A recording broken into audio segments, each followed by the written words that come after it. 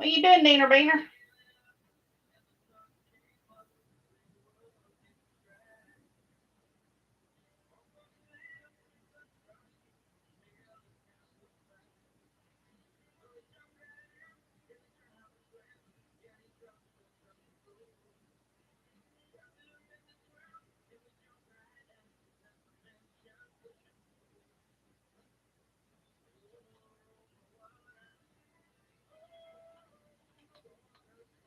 Hello, Miss Olivia. I've been thinking about you this week, darling, so much.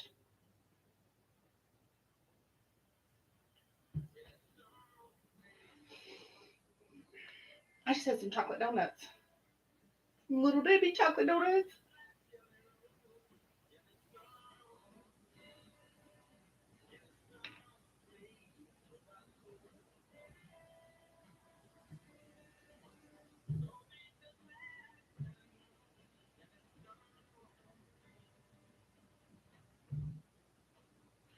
Hey, Pebbles.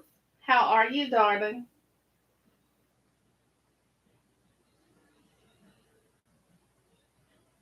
Thank you. A bedhead right now. Yes, we're going to be a trio today. Hey, Miss Shirley. How are you, sweetie? Are you staying warm? Pebbles, are you staying warm?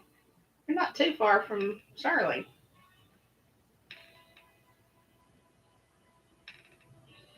Yeah, it's a bedhead here. All my roots showing. What looks like underneath. Pitiful. Pitiful. Oh, we just keep getting bigger and bigger, Olivia.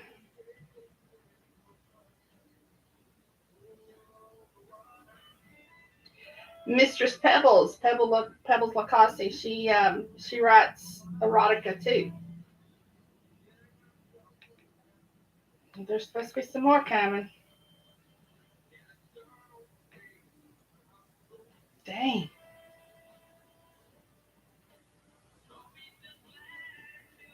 Vincey lose her power again, Ori. She at least listening. Okay. Um.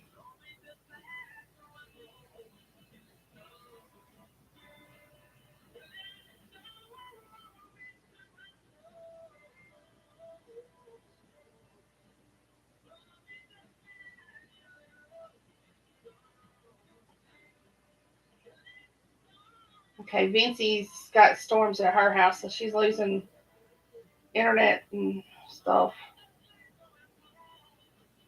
So she at least listening. Alrighty.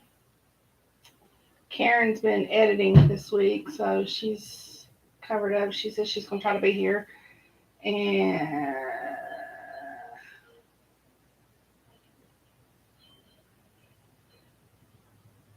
Jackie's probably in the car somewhere, on our way back from somewhere. Okay, so I'm gonna go ahead and get started. And Julie, Nina says you're listening, so I'm gonna mess these Hawaiian words up, which I do everything. So hey, what's one more? You know. Alrighty, so chapter one. This is Tamaya, Tamah, Tamah, Tama, Tama, Tama, Tama, Tama. We're going with Tama. Wicked Warriors MC Michigan Charter, Bleeding Souls Saved by Love. Chapter 1, Tama. The best place to find your inner peace is standing at the edge of the ocean after the storm has passed. The fresh, clean air, the rough, rocky waters, and the grit of the wet sand between your toes is calming and brings a feeling of peace to your soul. One that you never knew you needed, but welcomed with open arms. I'm in Michigan, So my ocean is a lake, and it's my favorite spot. My meditation and internal thoughts are interrupted by the sound of my phone. The song for my ringtone is How Far I'll Go by Louis Cravalho. I look down at the call display and see it's my mom. I roll my eyes before answering. Aloha, Mama. I answer, the calm and serenity of being in my favorite place coming crashing down like the waves of the ocean as I listen to my mother screech into the phone. Mom, slow down. What is going on? I jump up from my spot and run toward my Vespa, quietly waiting for my mom to finish telling me about the excitement going on around the house. Wait, Mom, slow down. What did you say about Akua? I'm pretty sure I had heard her correctly, but I need her to repeat it and slow it down. As she repeats the phrase, Akua is having a baby with Kayla, my eyes roll because I know this will bring on another round of Tamah shoulds. Tamah should have a husband. Tamah should be having babies. Tamah is all I hear for the foreseeable future. Okay, I'm just on my way to the bakery. I will pick up something special. She interrupts me with demands to head to the grocery store and pick up everything for an impromptu family celebration. If I roll my eyes anymore, I am pretty sure that they will be floating in the ocean like two buoys. Mama, I don't know how you expect me to carry all that food back to the house on my Vespa. She mumbles on about how I have a death wish driving around on that thing and that all it will take is a gust of wind to knock me over or knock me off. I'm pretty sure my mom remembers that the only gust of wind to knock me over is one with a gale force winds. Bye, Mom. I hang up my phone before I roll my eyes. It seems that my mom can hear eyes roll no matter where she is. As a message springs across the screen from my mother, putting on the ocean blue and turquoise helmet with silver on top and an ocean hieroglyphic around the middle before pushing the scooter forward and taking off toward what I know will be an overcrowded grocery store. Hey, Julie, you made it. Um, I think the Americans are outnumbered tonight. Yee. 3-3, isn't it? Yee.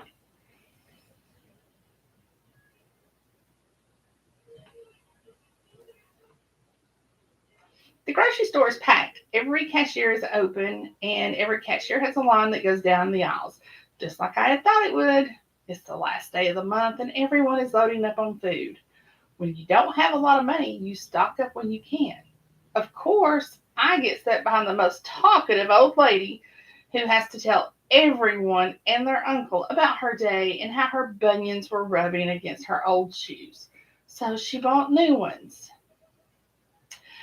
First, Gertie and I went to this little cafe and ordered a big bear claw with our coffee. Then we walked past the motorcycle gang's business.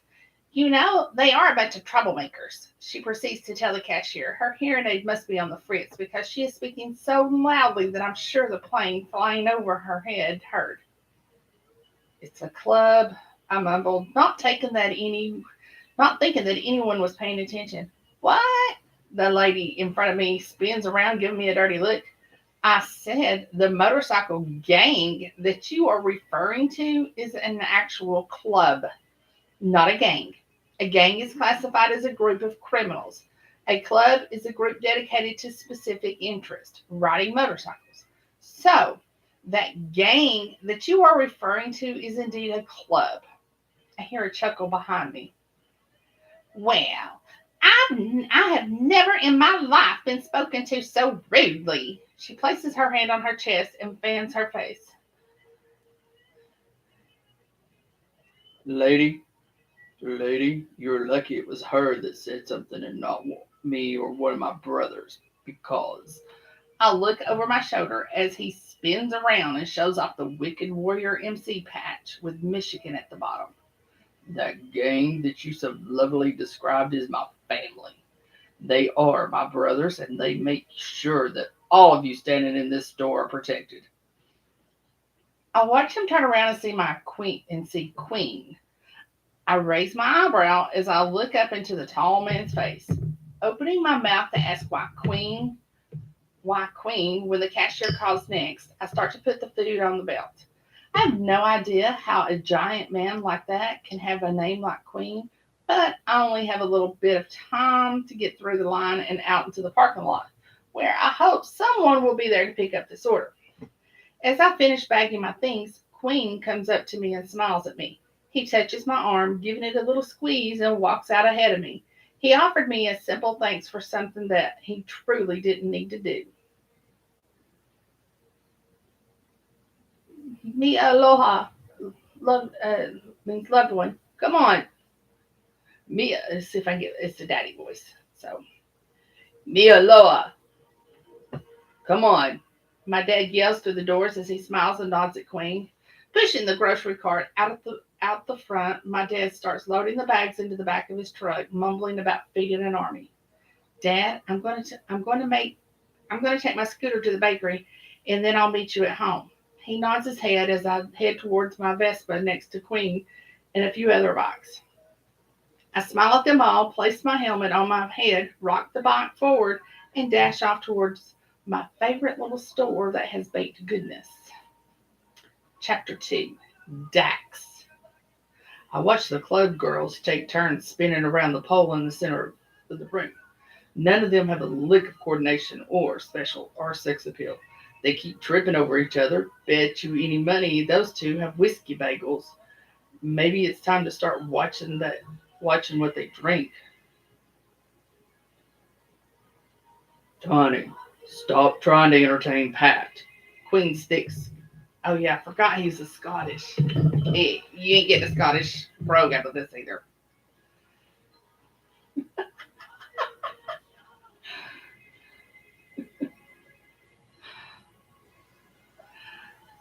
Uh,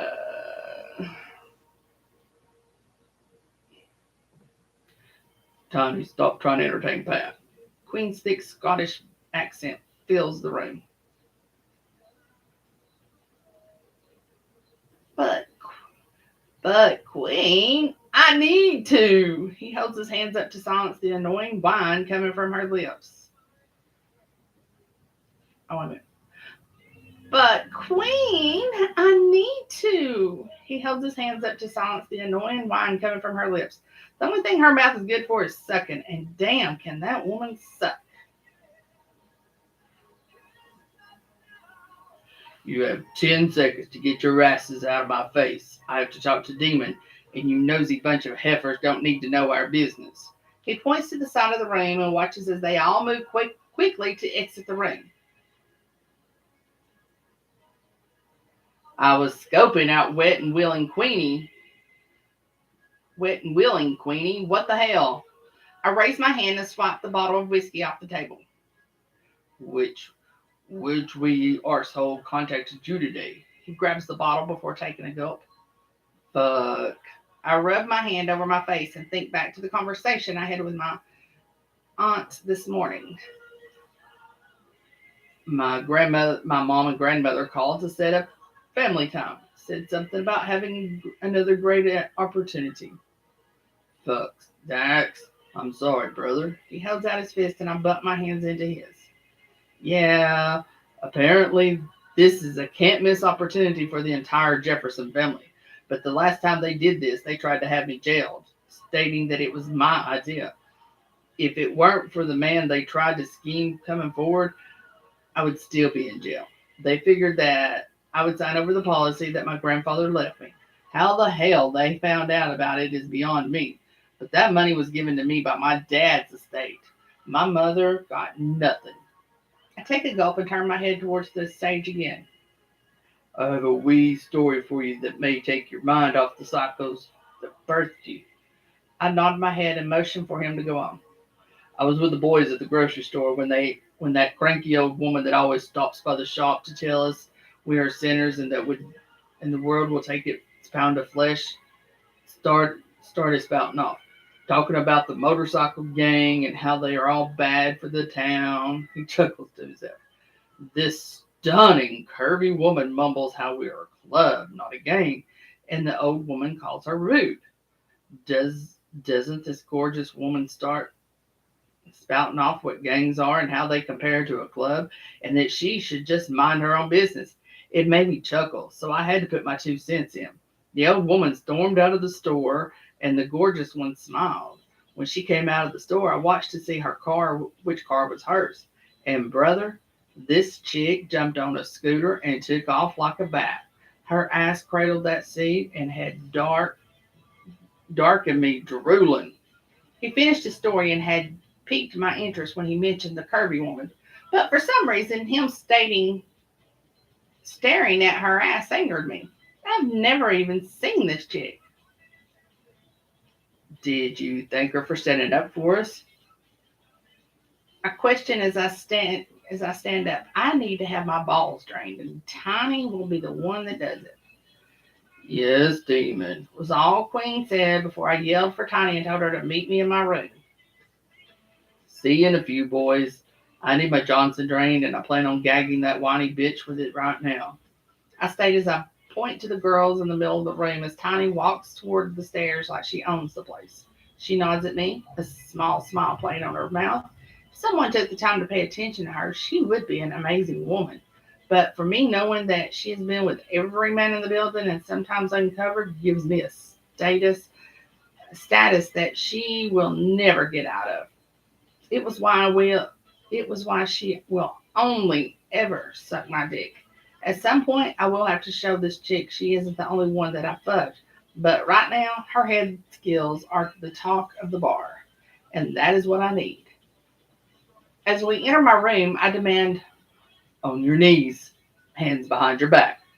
Don't fucking touch me with your hands. She drops to her knees, does some weird thing with her mouth and her tongue, and then slowly opens up. I hate when women lick their lips like that. It makes me want to ask if they need a drink.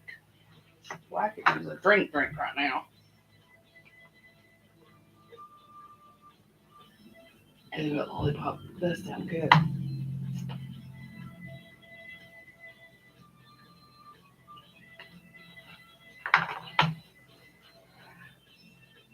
I disconnect from the living and imagine the perfect woman with long brown hair and a curve to her body that makes me want to lick a path from her shoulders to her feet. The feeling of a woman wet against the hard, hot erection has me tightening my closed eyes and focusing on my breathing. Fuck, don't stop. I growl, finally loosening my hands from the fists that were held tight in the gripping of her hair. My hips flex forward, and as she starts to gag, her hands come from behind her back as her nails dig into my jean-clad thighs. I push further into her mouth before I pull out and demand, Put your fucking hands behind your back and don't move them again, or this is over. As she places her hands behind her back, her eyes look up at me as the black mascara runs down her cheeks. The next instant, I feel teeth biting down on my hard flesh, causing me to push her away. I couldn't breathe. How else am I supposed to tell you to stop? She smarts off. Of all the times you've sucked my dick, how many times have I told you to use your teeth to get me to stop? I growl as my dick slowly starts to lose its rigidity. Get the fuck out of here, Tiny. I walk towards the bathroom. I grab the disposable cleaning wipe, run it under warm water. Then I use my hands to lather the suds before cleaning the saliva off my flaccid dick. Waste of a good lollipop, y'all. That's just wrong. Chapter 3. Is it Julie? Are you still on here? I'm trying to see if it's Tamah or Tamah or how. I'm calling it Tamah, so I'm not sure.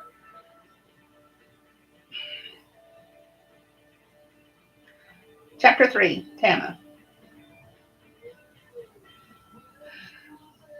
Ma, stop. Just stop. You are cooking enough food to feed the entire town, and it's just my family. I know Uncle can eat a ton, but not this much. You're gonna have leftovers for months. I stand at the kitchen island watching as she fusses over everything.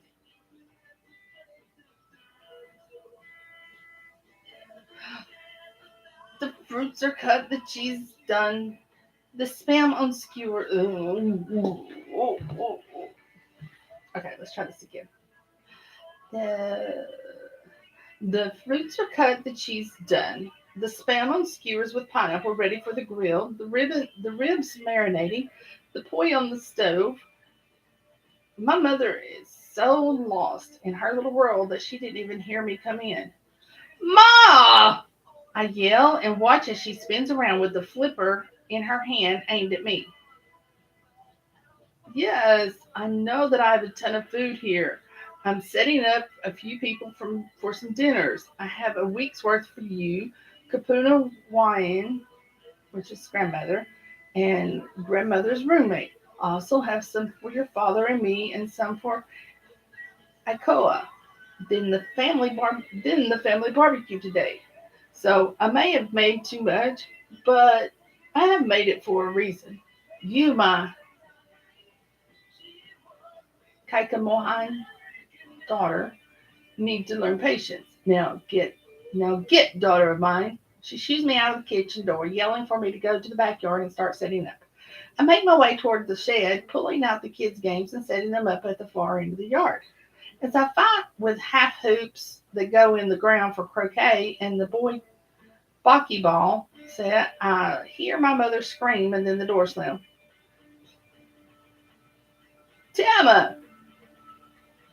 Tamah! Come help me unload the truck! My dad bellows from the front yard. Thank the goddess that I have my own place, I mumble to myself.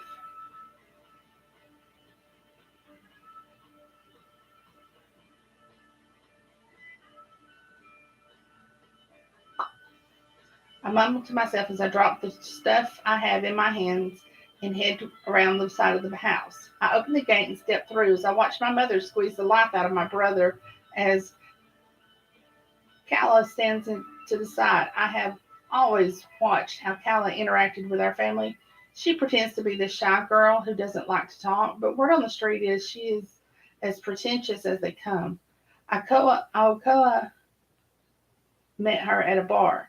They have been through so many ups and downs, it makes me wonder if she has trapped him with this pregnancy. I step up to the tailgate as my dad drops the first load of bags for me to grab. Go into the club and grab the. Man, that's some good music tonight. Y'all picked some good station.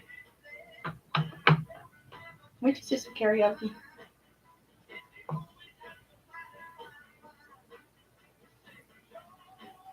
To the world, all the boys and girls.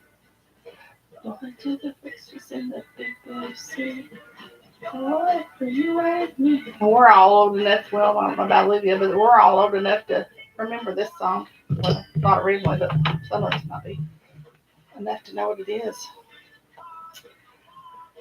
I step up to the tailgate as my dad drops the first load of bags for me to grab. Go into the cab and grab the eggs, yeah? My dad says as he nods his head toward the front of the truck. I nod and open the door, reaching in for the 3 trays of 36 eggs and walking them into the house before returning to start with the back. Sister, how are you? Alcoa asks as he stops beside me, get behind the truck. I'm good. Congratulations on the new bundle of joy. I smile and watch as his eyes shift to Kala, then back to me. He seems unsure, and that makes me nervous. Can I come over to your house tomorrow? Oh, I think it's him. Can can I come over to your house tomorrow, say for lunch? I have something I want to discuss with you, and I need to do it without ears. He mumbles low and grabs all the bags my dad had placed on the tailgate. Yeah, sure. I always have time for my brother or sister dates. Are you okay? I whisper, placing my hand on his arm. Well, I miss my brother like that.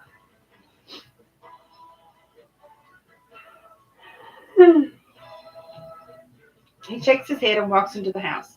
I look down and the truck is empty. Hey, I was supposed to help. I chuckle as he shrugs his shoulders and pushes into the front door. I know it seems really cliche, but my brother is truly my best friend.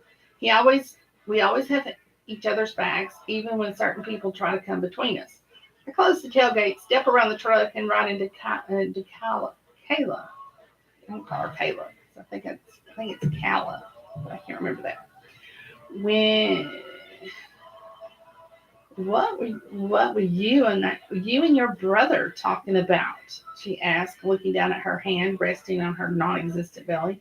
She and I don't see eye to eye. She comes across as a bitch, and I don't care for chicken heads. We were talking about Disney's Moana and how they loosely are based on some of the Polynesian history and origin myths. Did you know that Moana actually drowns on her journey to find Maui? I watch her eyes glaze over and she spins and walks toward the house. I have more interesting facts about the movie if you want to keep chatting. I yell at her and watch in fascination as she raises her hand in the air and flips me off. I giggle to myself as the loud, distinctive sound of motorcycles driving up the road fills the air. I look over my shoulder and smile when I recognize the man from the grocery store. I turn around, lift my arm at a 90-degree angle, then slowly tilt my hand. Yeah, I'm Tamah Kamea Loha. Yes, Tamah Kamea Loha just waved at a group of bikers like I was the queen.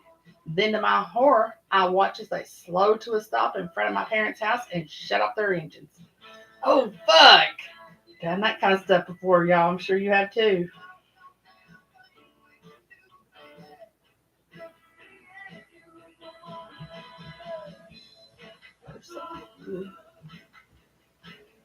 I may have to put the station on tomorrow while I'm working. Oh, by the way, I have to go back into the office May 2nd. I want to. I don't. I don't want to go back to work in the office. There's cooties out there, and most of the cooties have 2 legs and 2 arms. You know, ugh. I mumble as I spin and sprint to the back of the house, slamming the gate behind me and run into the shed, hiding amongst the mustiness and the stale air.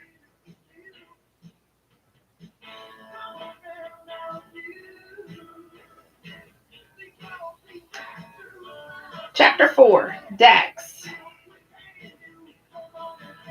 Pulling up in front of Alcoa's parents' house, I watch with rapt fascination as a gorgeous, curvy brunette stands behind a truck and waves at us as if she's waving at the queen.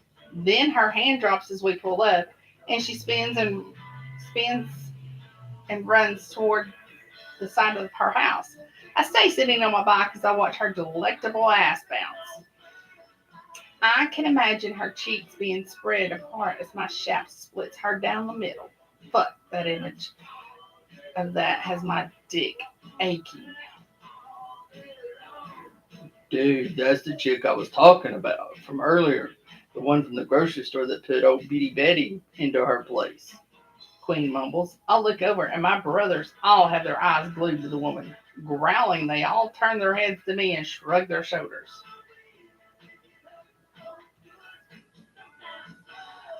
With a body like that, you can't blame us for looking. That woman is acclaimed. Fuck, even if she was, she's fucking easy on the damn eyes. Dark mumbles, then turns his head as Alcoa and Kayla, Kayla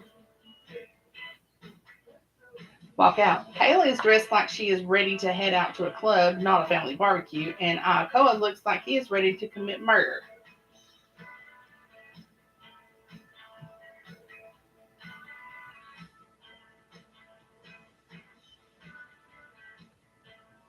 Brother, you good? Dark asks, his eyes jerking to Kayla. Fuck no. This stupid twat phoned my fucking mother and told her she was pregnant. She's trying to force my hand, man. He sends a dirty look to Kayla, who smirks at him. I warned you, Koa. I told you that if you weren't going to claim me, I was going to take things into my own hands. Now you don't want my daddy to cause issues for your little family, including the heifer you have for a sister. She smirks and then looks to Queen and flutters her eyes. Canna, canna, Papa Key, son of a bitch. Why did you have to pick me, Kayla? Kala? Why did you have to pick me, Kala? He growls at her. Oh, it's quite simple. I know that you have an end with the Wicked Warriors, MC. She turns her head and looks at me and then the other brothers. I know that your road name is Makoa, and I also know that you have not told your family exactly what you do. Play along with me and I won't spill your secrets. She places her hands on her hips. Hoopo! Koa, you are a fucking fool. We hear yelled as the gorgeous woman from before comes storming up behind us and cuffing Aokoa in the back of the head.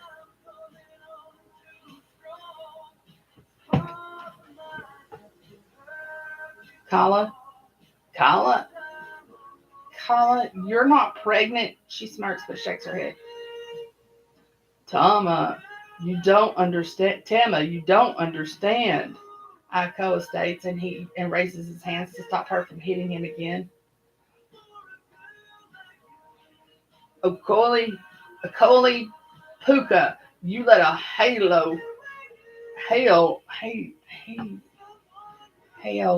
string you around by your fucking dick. I spent fucking years being reprimanded because I drive a fucking scooter and you, motherfucker, you drive a motorcycle. honey kill Elamu. Kiss my ass, Aokoa. I hope your dick rots off and you become a eunuch. She yells at him and turns to Kala. As for you, my suggestion is you find another dumbass to rope you into your scheme. Last I checked, your daddy knows you spread more than peanut butter. Best go in there and tell my mother and father because I have no issues doing it. She storms off to a teal Vespa, throws on her helmet, then rocks forward and takes off. Fuck, I screwed up by not telling her. Makoa watches as she disappears down the street. Who is she? Queen asks. All eyes are on Makoa. She is the one woman in the world next to my mother that will always be protected. She is my best friend and my little sister. He spins around and heads into the house with Calla.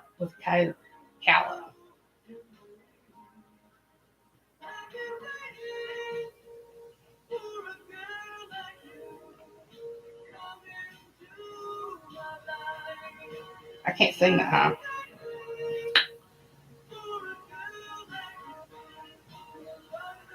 I suggest you go and make this bullshit right and then get gone. I'll be speaking to your dad tonight, Dark states. I don't have to listen to you, Uncle, she states with an air of spoiled princess. Dark starts to chuckle. Gala, you forget I am your uncle. I know that you are off my meds. I know that you are off your meds, and I know that this is your last chance. You are supposed to stay on your medication. This means that you are being sent away. I thought you knew better than to try and trap a man. You took it one step further and tried to trap one of my brothers. Now fucking go in and apologize to that family, tell them you lied, and then leave. He states low, causing her to straighten her back, nodding her head, turn around, and march into the house.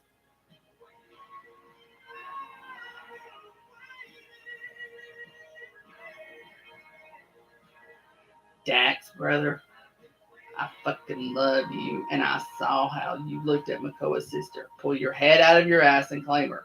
Make her your old lady, because, brother, that shit I just witnessed, I know for a fact that you will make a perfect one. Whether it be the president's old lady or the enforcer's old lady. But Dax, man, I'm already getting hard thinking about that ass sliding up and down my cock. Watching her rock that Vespa forward.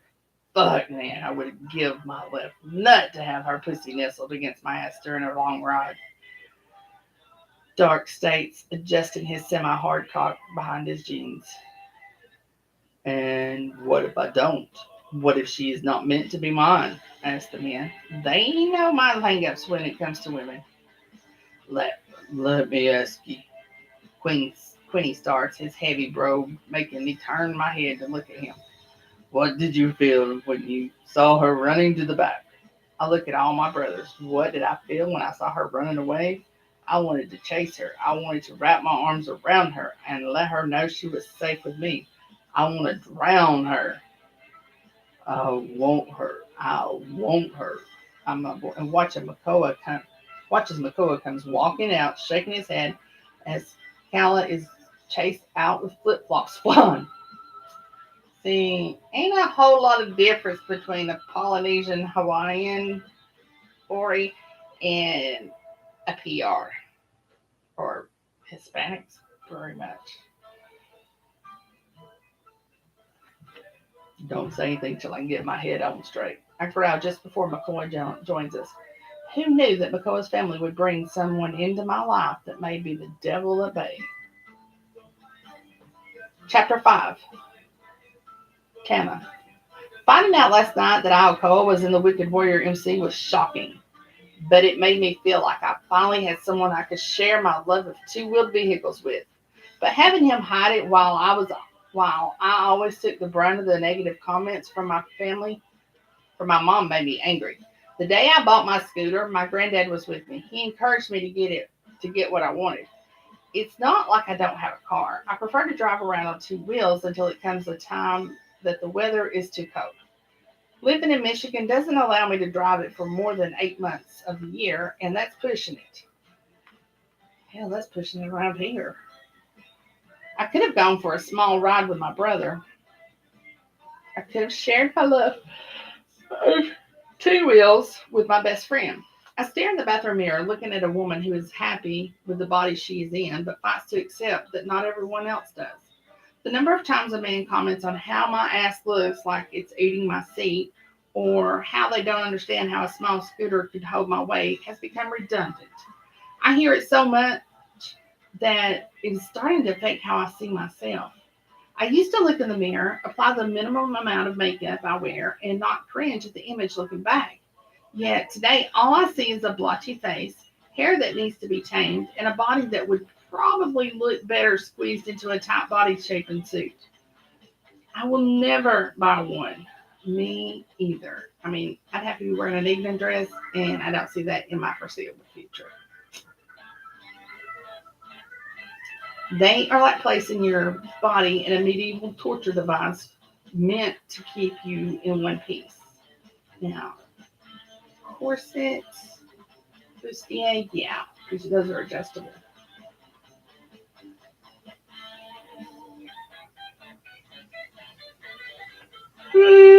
Lost my place.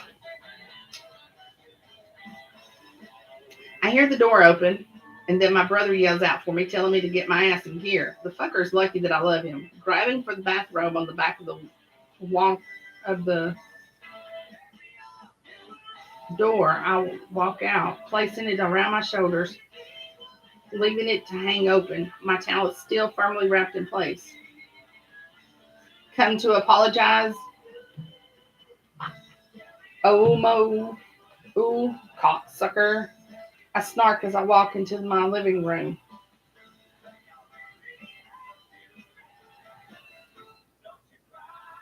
What did you just call me? What did she what did she just call you? The deep timbre of a man's voice, followed by chuckles. She called me a cocksucker. Alcoa growls, and I stop and slowly start to step back toward the safety of my bedroom. Behind closed doors, I can still be the awkward girl who loves to laugh and loves to ride on two wheels even more. Tamah, get dressed, please. I want to take you out to lunch with my brothers. I want to formally introduce them to you before I take them to mom and dad, he states as I snort. Question, Alcoa. How long have you been in the club, and how long did you think that your family was a dirty little secret? I finally reach the door to my room, open it, and then slam it behind me. I'm spending just a few short minutes collecting myself, then walking to my closet, grabbing my jeans, knee-high brown satin boots, placing them on my bed before going to my dresser and grabbing my favorite black and purple lace panty set and a t-shirt. And because I plan on annoying my brother, I'm more confused than a chameleon in a bag of Skittles shirt, which is a nice bright yellow. Slowly, sliding my panties into place over the round globes of my cheeks, I reach in, grab my knee-high socks, and pull them up to my legs. I slide my arms into the straps of my demi-cut bra and fix my girls into place before reaching around and snapping the bra into place. See, I can't put a bra on like that. I'm one of those that does it here and then I have to switch around, then I put it on.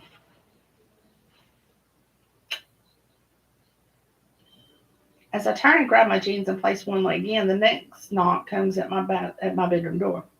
What do you want, Koa? I bark, not caring if he enters. He is my big brother after all. The door opens as I have my back to it, wiggling my jeans over my ass, then zipping and buttoning it closed.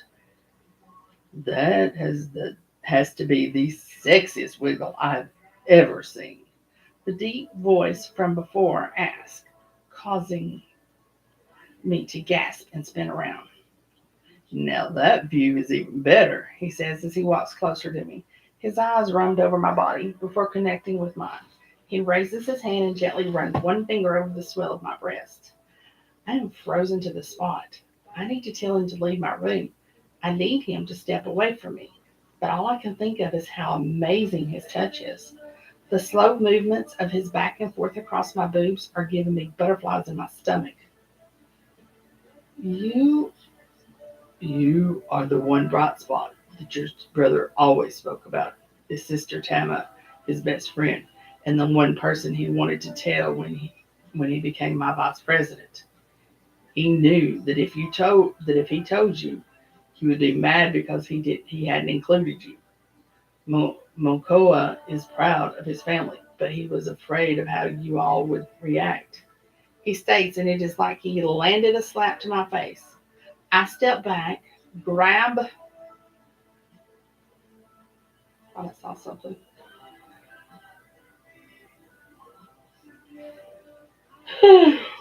I step back, grab my shirt, and pull it over my head before sitting on my bed and pulling on my knee high boots. I stand back up and step into him so that he can hear me. Listen to me and fucking listen to me well.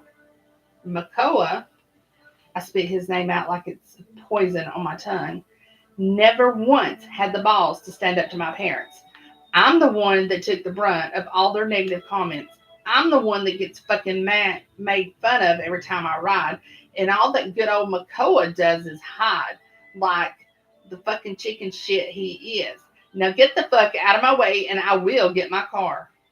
I growl as I shoulder past him and into the kitchen, grabbing the keys to my Dodge Challenger and heading to the door, waiting for the man to leave.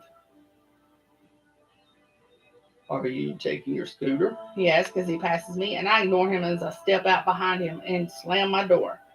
Makoa is standing on the deck as he opens his mouth to say something. I brush past him, hitting the locks on my bright yellow baby, and slide in. Meet you at Frankie's, Akoi Puka, asshole. I slam my door and rev my engine, backing out of my driveway and taking off down the street.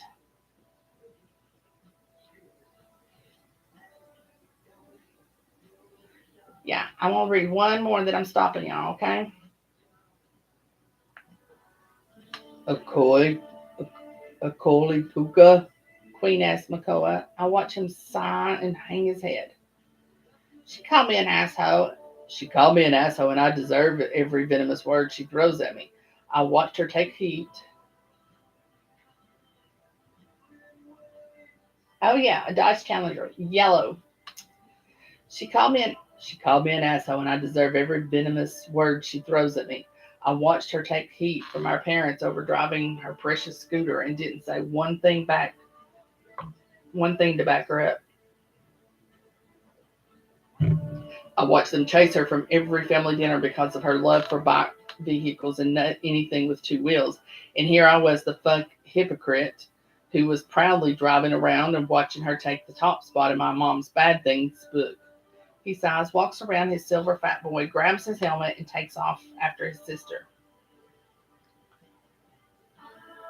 Brothers, that woman is mine. The amount of sass she not only threw at me, but to Makoa has my dick stiff and my heart pounding. I will have her in my bed and on the back of my bike. I just need to help those two realize that they are one and the fucking same. I smack my hand against Queen and head toward my bike. I know Makoa is hurting and so is his sister, but they are the same person. She is all he talks about. I just never knew how fucking stunning she is. Her curves hit in all the right places that will bring a man to his knees. Throw in the attitude she just tossed at not only her brother, but me, and I can honestly say that she has me craving what comes next. My phone rings, and because I'm so focused on the stunning woman that tossed her attitude around like it was confetti, I pick it up. Dax, I bark into the phone. Oh, my sweet baby boy, you answered your phone. My mother's voice sends a chill down my spine. What do you want, mother? I close my eyes and all I can see is the sea turtle high on Tamah's back. The top two flippers touch each shoulder blade and the bottom two touch her hips. From afar, it looks like the turtle is protecting her back. Once you get closer, the intricate design of the tattoo is stunning. You you are needed to come home tonight. Your grandmother and I would like to have a word with you and your sister. It's a matter of life or death. She finishes her sentence and then hangs up. I know what this is. She has some scheme that she's working on and wants me on board. There is no way that I will be any part of her madness. I live hidden in plain sight. Keeps the devil from coming for the people who matter most to me, my brothers. I look over my shoulder to see Queen and Dart waiting for me to move. They both have a questioning look on their face, but when I shake my head, they nod but give me a look that tells me the conversation isn't over. The roar of our engines coming to life dull out the demons battling in my head. Only time will tell what will happen with my mother and grandmother before throwing my sister in the mix. Will make whatever they have to tell me 10 times worse. Whoever said that your enemies are unknown is full of shit. Mine gave birth to me. The ride did nothing to talk the demons off the ledge. I'm not sitting in the parking lot of Frankie's watching Queen and Dark walk in. I need to shake this feeling that something will happen and I steal my peace. And steal my peace. I am not sure where it is coming from.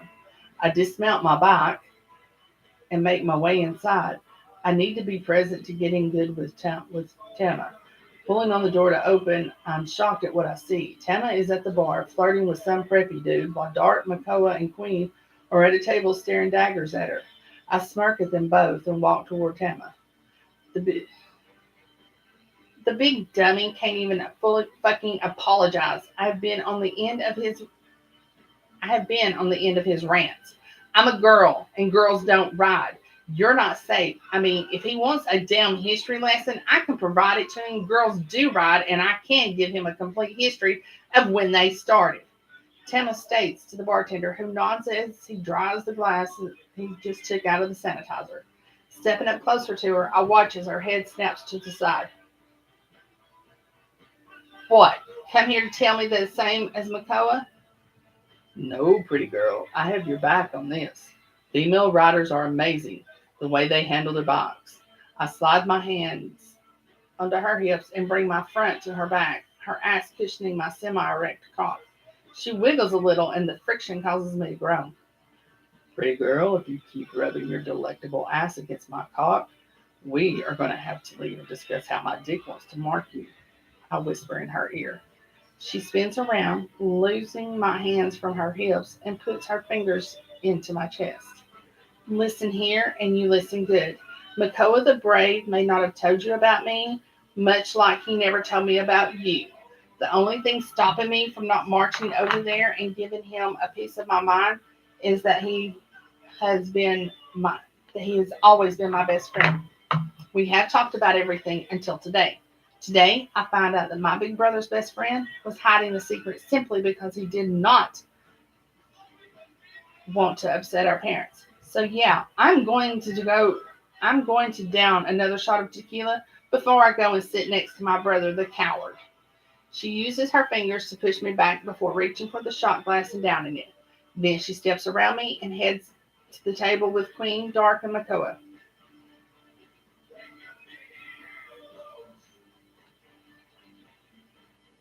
Hey, dude, can you send a waitress over? I do believe that two people need to make up, and we aren't leaving until they do. He nods his head, reaches under the bar, and grabs for menus. A server will be with you shortly. Round the beers? I nod my head, then turn and head toward the table, watching the unease spread across Makoa's face as Tamah pulls up a chair, spins it around, and straddles it like she is riding a bike. I reach down and adjust my cock before stepping closer and sliding in beside my brother and the one man who is about to get his head torn off. Booyah! There's your cliffhanger. This book is so good, y'all. I just gotta say, I gotta finish it though. I started it by accident um, while I'm in the middle of another series, and so I was like 8 chapters in when I realized I didn't have to read it just yet. So I gotta finish it up.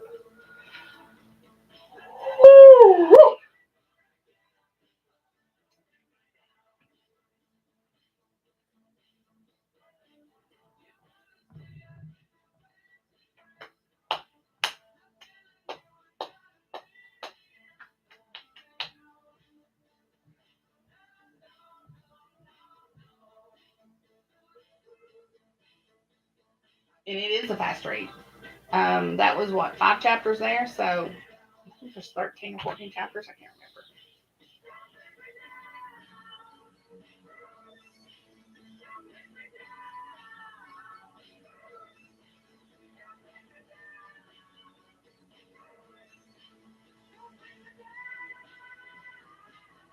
I know I read 6 chapters, and there's 24, so yeah, that's about right.